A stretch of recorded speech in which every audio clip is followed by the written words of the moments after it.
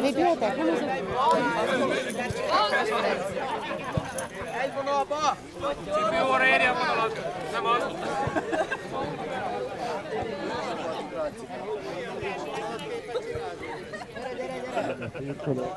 Kedves korbarátaim! Figyelmet kérünk! Nem szól! Kedves szurkolók, kedves korbarátaim! A 2011-es 12-es bajnoki évnek a tabella szempontjából egyértelműen vége. Igen erős küzdelemben az ifjúsági csapatoknál a második helyezett a Lőkösháza csapata lett. Az első helyezett.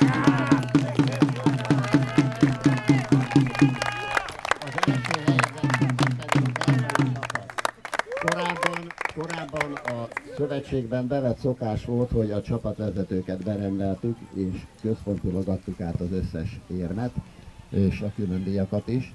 A csapatvezető kérésére azonban változtattunk ezen, és egyértelműen szeretnénk a szurkolókat is bevonni itt az érem átadásba, hiszen az egész év során figyelemmel kísérték a játékosoknak a szereplését, és mi nagyon bízunk benne a szövetségben, hogy ti fiúk, akik itt álltok, hamarosan magasabb osztályba, vagy az első csapatba, vagy esetleg megye másodosztály, vagy megyei első osztályba, és onnan aztán már szabad lesz az út az MB3, MB2 és az MB1 felé.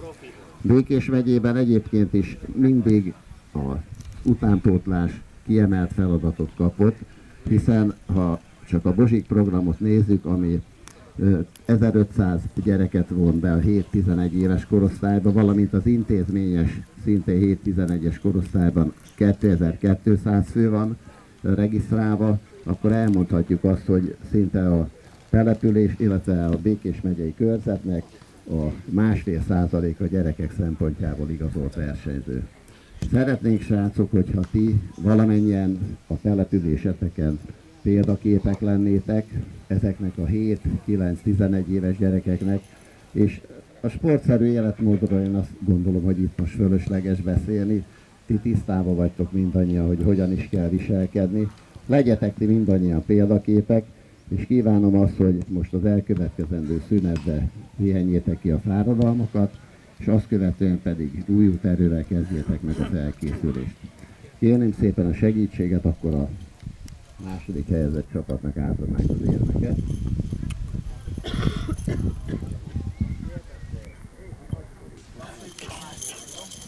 Csapatkapitány.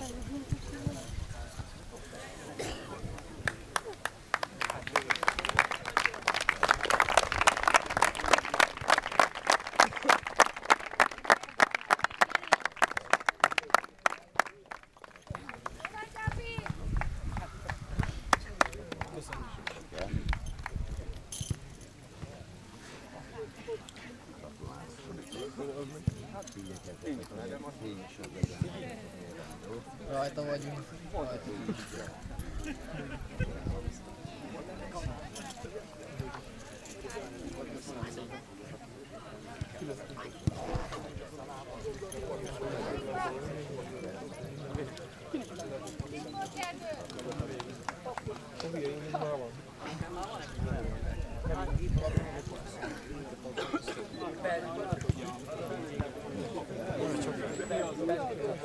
Valami képet vágjál már, mert Máté mindig vigyorog rám, meg ilyen hülye képet viszont.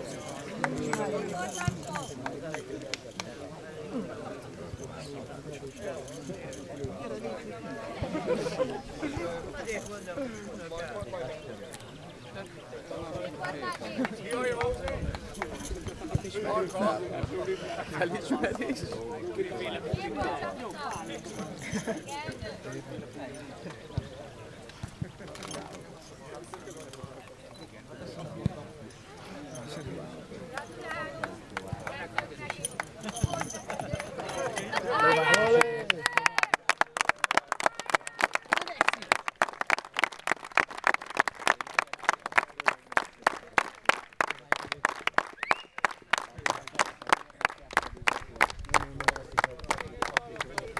És akkor a fotót a legjobb hangú szurkolónkról.